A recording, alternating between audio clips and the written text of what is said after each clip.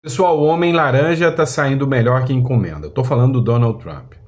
Olha só, qual foi a medida mais importante do Donald Trump? Ninguém nem esperava qual seria essa medida do Donald Trump, mas ele chegou e fez, sem nem avisar para ninguém, sem nem a oposição brasileira pedir, sem ninguém fazer nada. Mesmo assim, o Donald Trump acabou de dar um tapa na cara da esquerda aqui no Brasil sem precedentes. Se tivesse sido programado, não teria sido tão bom assim. E qual é essa medida que mais anima os bolsonaristas, como a matéria aqui diz, mas é a direita como um todo? É o seguinte, o Donald Trump, ele assinou uma portaria onde nenhum centavo do governo norte-americano virá mais para apoiar ONGs aqui no Brasil. Essas mesmas ONGs, né, do Todes, essas mesmas ONGs que entram com ações contra o Tarcísio de Freitas quando a polícia está atuando em São Paulo, essas mesmas ONGs que são contra a polícia militar, que são a favor do jamais, que são contra Israel, que entram ONGs essas, instituições essas que recebem dinheiro público dos Estados Unidos, de países estrangeiros, né, para entrar com ação contra um soldado israelense aqui no Brasil, ONGs essas lá na Amazônia, essas não receberão dinheiro, né? E a mídia militante já fica toda desesperada, né? Já fica toda nervosinha. Olha só, as instituições que defendem as minorias perderão espaço no Brasil, perderão recursos. Cara, vocês só servem para defender pauta esquerdista. Vocês só servem. É óbvio, né? Não podemos generalizar. Existem instituições sérias, tá? Não podemos generalizar. Mas é aquele velho ditado. Os bons pagam pelos pecadores. O ponto que a gente precisa discutir, tá? É isso aqui. A Bárbara do Te Atualizei já tinha comentado sobre isso. Agora eu retorno a falar sobre isso aqui.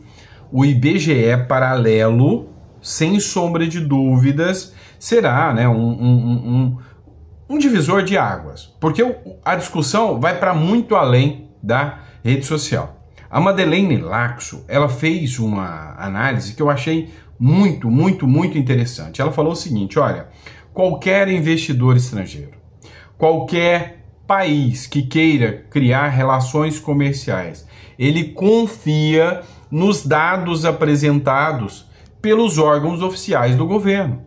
E aqui no Brasil não está dando para confiar nas informações trazidas pelo IBGE se ficar comprovado que existe um comitê paralelo, um IBGE paralelo. É um escândalo sem precedentes. E a oposição não está buscando isso. Tem que ouvir o pessoal do IBGE que está saindo atirando, que está caindo atirando no governo Lula. Eu vou colocar o vídeo da Madeleine Laxo até para ficar mais claro para vocês fazerem essa análise aqui, mas isso aqui vai virar uma outra bomba econômica no colo do Lula. Vocês não entenderam. Para todos os lados, o governo Lula tá mal das pernas. Em 2 semanas, o governo levou 2 grandes derrotas. Uma do PIX e outra, né, do vencimento dos alimentos, né, do caso do vencimento dos alimentos, da xepa do governo Lula, tinha que ficar conhecido como xepa do governo Lula, né? Ou seja, foram 2 derrotas graças às redes sociais, e as redes sociais estão fazendo um papel forte. Agora, se ficar comprovada a existência de um IBGE paralelo, nenhum número brasileiro vai ser confiável mais. Aí, meu amigo, os investidores, aí é o mercado que vai partir para cima do Lula como se não houvesse amanhã. Assiste o vídeo da Madeleine Laxo aí. Quem vai investir no país tem de fazer conta, e essa conta depende da fidelidade desses dados.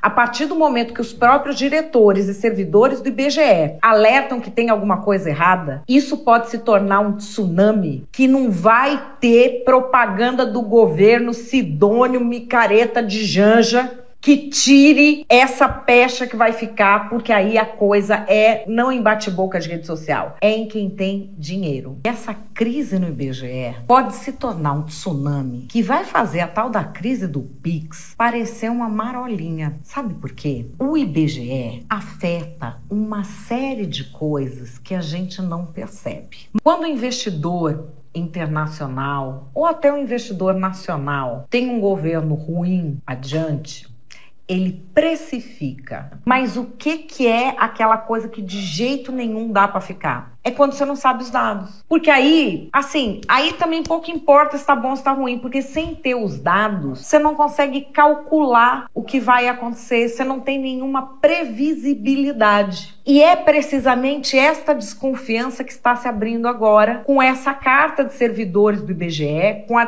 pedido de demissão de diretores. Todo mundo levantou a orelha e falou, pô, esse homem tá mexendo nas pesquisas. Para não dizer que não falei das flores, eu avisei que esse negócio do IBGE ia dar a conotação de que, né, sem sombra de dúvidas, né, a impressão seria que estavam mexendo nas informações. E aí, só de buscar a informação sobre o desemprego no Brasil e o pessoal do Bolsa Família já matou essa situação. Mas vamos lá, partindo para outro assunto. Dá uma olhada aqui. Adivinha quem está falando do Brasil de novo? Pois é, el Biba la Liberá Carajo, Milei. Pois é, o Milei, ele participou de uma entrevista, né? E ele está sendo alvo de polêmicas aí. Ele participou de uma entrevista na CNN, onde ele voltou a falar em censura no Brasil, perseguição a Bolsonaro.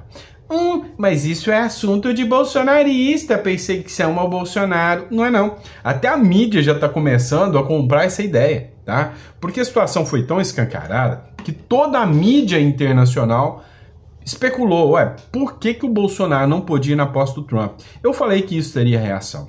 Numa entrevista, né, a CNN, o Milei falou que é perseguição ao Bolsonaro. Aqui, eu tô na Argentina hoje, eu tô em Buenos Aires. Os jornais argentinos aqui, né, estão falando disso. Os taxistas, os Ubers, os garçons aqui, quando você chega e fala que é brasileiro, os caras, a situação no Brasil tá complicada, né? O negócio no Brasil tá estranho. Ou seja, aqui na Argentina já chegou a mensagem de que o Brasil está uma merda, né? Uma porcaria mesmo. E o Milei tá ajudando a trazer isso em voga. Ou seja, antes aqui no Brasil, tinha o Eduardo Bolsonaro, a Carla Zambelli, a Bia Kicis, o Nicolas Ferreira, o Marcel Van Hatten gritando, né? A gente tá aqui, socorro, SOS. Agora não. Agora é lá fora, é o Milei.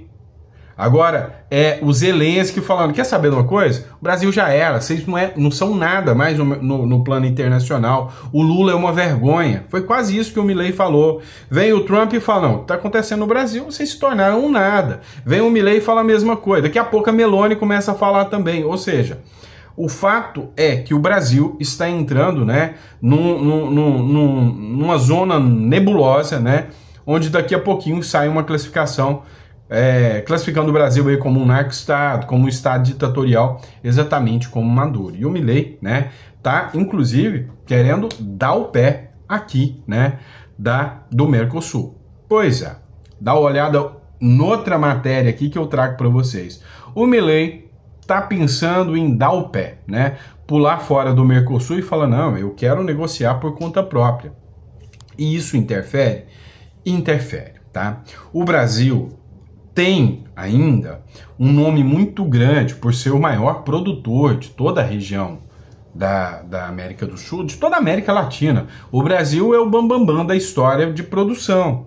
Só que o Brasil ainda depende de acordos que ele tem do Mercosul, tá? Então os países que fazem parte do Mercosul, Paraguai, Uruguai e Argentina, e o Chile é um parceiro, mas não é do Mercosul, tá? Os países que são parceiros do Mercosul, esses países negociam em blocos, isso para dar mais pulso econômico. Então, por exemplo, nós vamos fazer uma exportação para a China. Não, vamos fazer o seguinte, vamos mandar em conjunto. Eu estou fechando aqui para a China para fornecer para eles 2 milhões de toneladas de soja ou de carne. Eu não consigo produzir sozinho, tá? Então vamos fazer o seguinte, eu vou vender aqui, e Uruguai e Paraguai vamos fornecer juntos, ou Argentina, vamos fornecer juntos. Isso é o bloco Mercosul. Só que isso está travando, e o Milei falou, eu quero estar aliado, não é com quem o Brasil está escolhendo, a galera dos BRICS, Rússia e China, não. Eu quero estar do lado dos Estados Unidos. Então o Milei falou, olha, eu até topo permanecer no Mercosul, desde que somente se eu possa negociar sozinho. Eu estou pensando no interesse do argentino. Eu estou pensando no povo argentino.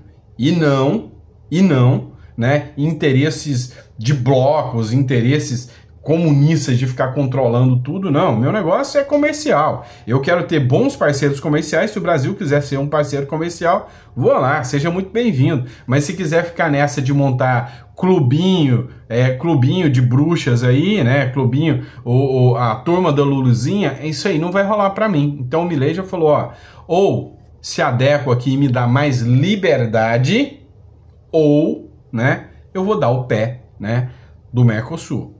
E para o Brasil, isso não é muito legal não, tá? O Brasil perde um pouco de impacto, né, ao enfraquecer o Mercosul. O ponto que a gente precisa discutir, tá? É isso aqui. A Bárbara do Te Atualizei já tinha comentado sobre isso. Agora eu retorno a falar sobre isso aqui.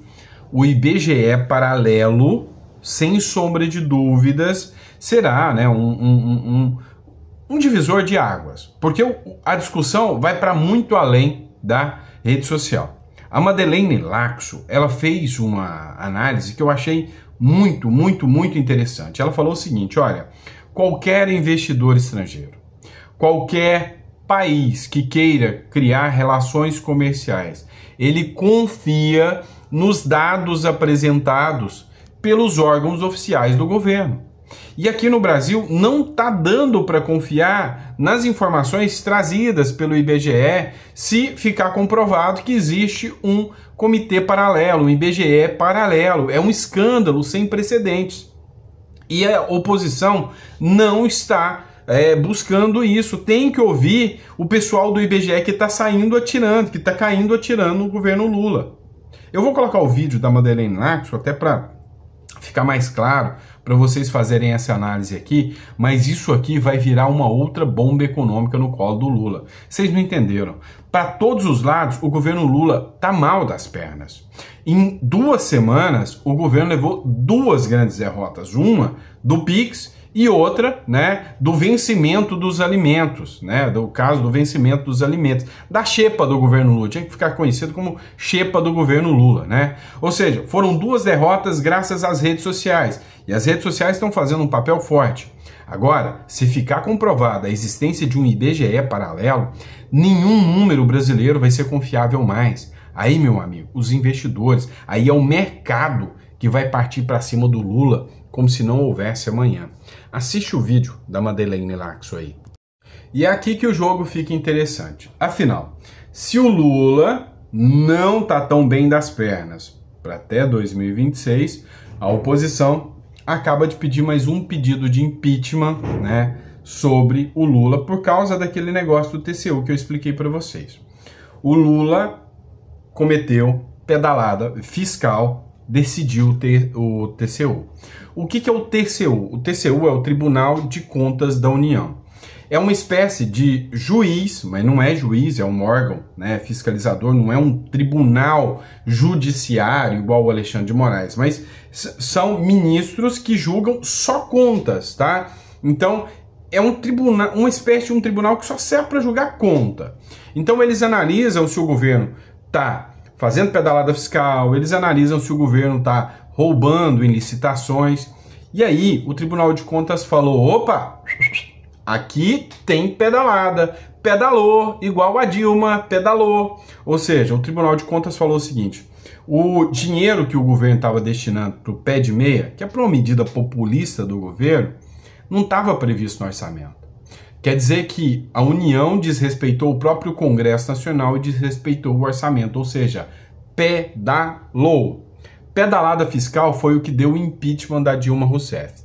Então, assim, tem N motivos para pedir o impeachment do Lula, sabe? Assim, você pode ir selecionando, eu quero pedir por isso, ou por isso, ou por isso, mas a oposição esperava um momento, assim, melhor, né? Ou seja, o momento teria que ser melhor para pressionar em cima do impeachment do Lula. E aí vem muito a calhar agora essa decisão do Tribunal de Contas com a mesma situação que a Dilma Rousseff, também pedalada fiscal. Ué, se a Dilma caiu por pedalada fiscal, por que o Lula não cai?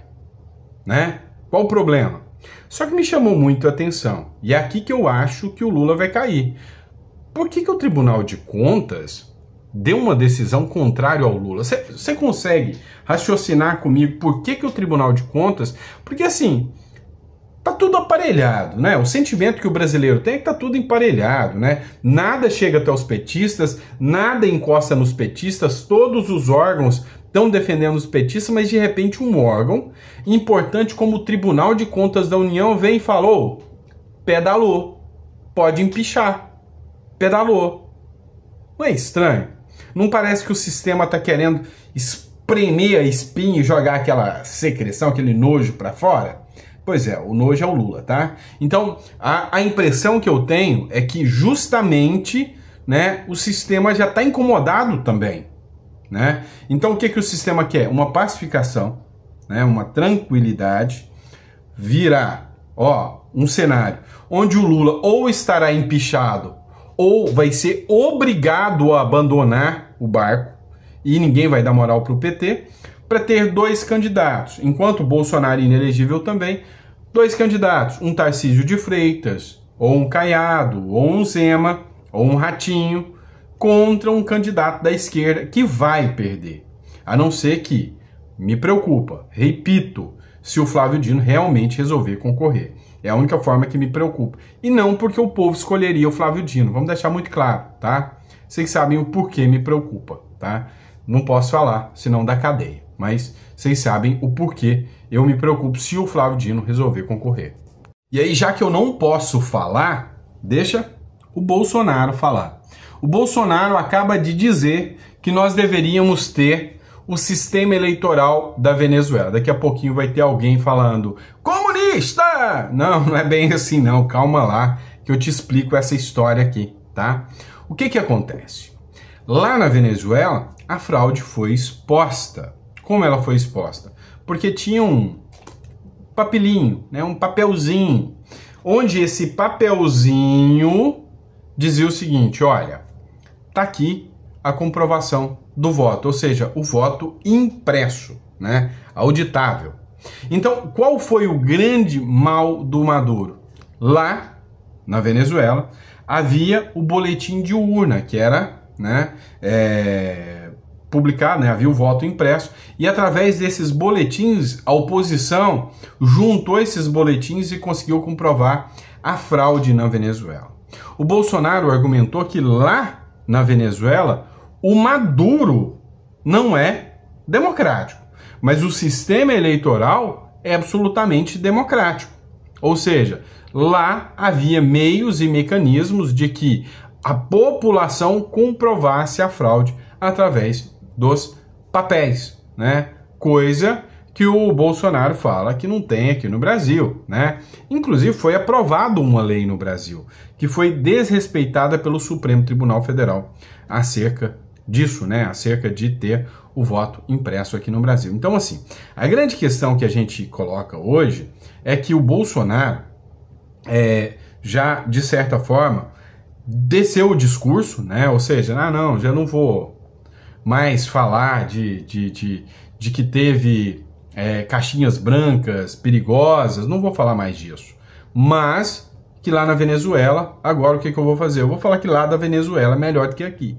Vou falar que lá da Venezuela é melhor do que aqui. Aí, meu amigo, o que eles vão falar, né? Não tem o que falar, né? Então, assim, o que a gente vê agora? Se as eleições forem limpas, justas, democráticas, como devem ser, a esquerda será varrida do mapa e dessa vez até o povo mais pobre vai dar uma bela de uma bica no PT. O PT acabou. Lembra que eu falava lá em 2023? O melhor cabo eleitoral da direita é a esquerda no poder. Eu estava errado? Eu estava errado? Fala para mim, meu pequeno gafanhoto. Pessoal, e aí a gente precisa falar de um ponto importante aqui, que o Nicolas Ferreira está sendo alvo de crimes, né, de ataques. Dá uma olhada nesse ponto aqui. O Nicolas Ferreira está sendo alvo de ataques homofóbicos e ataques dos mais graves, inclusive, né, porque resgataram vídeos dele da adolescência, do jeito, né, de moleque, de falas, enquanto ainda menino ainda, né, adolescente, E a esquerda começou a atacar o Nicolas Ferreira, chamando ele de chupetinha, viadinho, bichinha, né? Palavras que são pejorativas, né? Palavras que realmente ferem, né? Para quem é da comunidade LGBTQIA+, ele se sente ofendido, né? De ser chamado dessa forma. E é um xingamento muito utilizado pela esquerda, né? É um xingamento que o Janones utilizou, vários parlamentares de esquerda utilizaram contra o Nicolas Ferreira, mas nenhum respondeu por nenhum crime, né, em virtude dessas falas. Estranho, né, coisa esquisita, né, trem estranho, né, mas o que acontece? Essas falas, essas palavras, né, estão sendo utilizadas contra o Nicolas Ferreira. E o que mais impressionou é que é a esquerda que está fazendo isso, é um ataque coordenado à esquerda. Então vocês entendam o seguinte, tentaram entrar no discurso, né, com o Nicolas, levaram uma surra, uma lavada, né, do Nicolas Ferreira, principalmente naquele discurso do Pix, que já ficou para trás, né? A Erika Hilton, né, tentou fazer uma disputa pau a pau com o Nicolas para ver quem chegava mais alto, né, no número de visualizações. É óbvio que o Nicolas Ferreira teve muito mais de visualizações e com um detalhe, o do Nicolas foi orgânico, tá? Foi orgânico. O da Erika Hilton não foi coordenado, muitos grupos, né, inclusive do governo, dando impulsionamento, não fala financeiro, né, mas ajuda para aquele vídeo alcançar mais, né, a mídia falando do vídeo o tempo todo para alcançar mais impacto, mas não chegou lá. Teve mais visualizações com críticas, e aí vocês veem menções positivas e negativas. As menções negativas no vídeo da Erika Hilton foram muito maiores do que o do vídeo do Nicolas Ferreira. Então não basta ter visualização, tem que ter engajamento, tá? Ou seja, se você colocar um vídeo aí, por exemplo, de um cara do Jamais cometendo uma atrocidade, o vídeo vai ter uma visualização pra caramba, mas e o engajamento? São engajamentos contrários, né? Ou seja, então os comentários da Erika Hilton foram muito mais de crítica do que realmente de, não, você tá certo, eu concordo. Já o do Nicolas, ele conseguiu furar a bolha. A Erika Hilton, de forma alguma, ela furou a bolha, tá? A Erika Hilton falou única e exclusivamente para a esquerda. O Nicolas falou para a direita e para quem votou no Lula. Eu não tô falando da esquerda. A esquerda é radical. Para quem votou no Lula também, tá? Agora, quem votou anti-Lula, ninguém mudou a cabeça, ninguém virou a sua cabeça pelo vídeo da Erika Hilton. Mas aí mostra, né, o tamanho da hipocrisia dessa galera da esquerda que passa aí, né, a fazer ataques homofóbicos ao Nicolas Ferreira, né? Podia ter uma medida do Ministério Público, podia ter uma medida aí, né, das ONGs a favor da comunidade LGBTQIA+, né, para apurar inclusive crimes, né, de intolerância aí, né, à diversidade sexual. Vão ou não? A gente sabe que não vão, né? Essa é a realidade da turma aí. E aí, pessoal, por fim, né, hoje é o dia de eu avisei, né? Quantas matérias eu já venho alertando para vocês e agora, né, vem se comprovando. Olha isso aqui.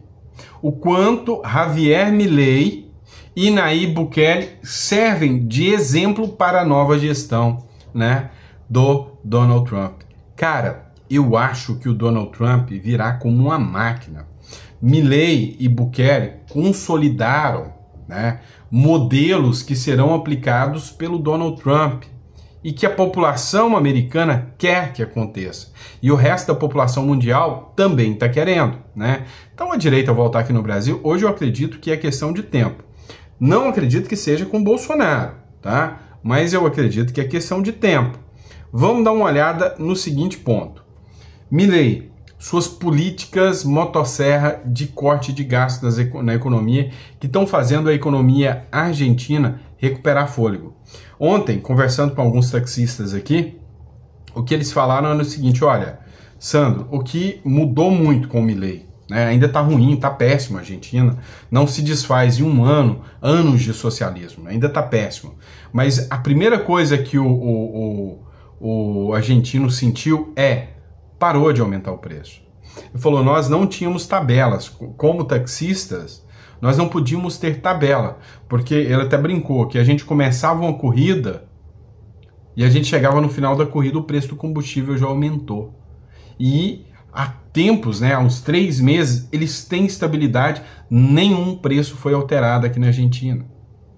E para eles, isso não estava normal. E eles estão muito gratos a isso. Então eles falaram, precisamos de tempo, precisamos esperar, né, para que as coisas se adequem aqui na Argentina. Já com o Nayib Bukele, é o modelo de combate ao narcotráfico. O Donald Trump sabe que não existe modelo de combate ao narcotráfico com fronteiras abertas. Então o que o Donald Trump entendeu? Ele está usando o discurso, né, para não assustar tanto, para não dar na cara tanto que ele vai aplicar o modelo Bukele. Ele está falando o discurso, não, os imigrantes e tal, nós vamos tirar os imigrantes, mas o discurso aqui não é contra os imigrantes, é contra os narco-imigrantes, é contra os que vêm para causar terror, né, nos seus países. Então, assim, escuta o que eu vou falar, tá? Escuta o que eu vou falar e daqui a 1 ano, mais ou menos, nós vamos conversar sobre isso.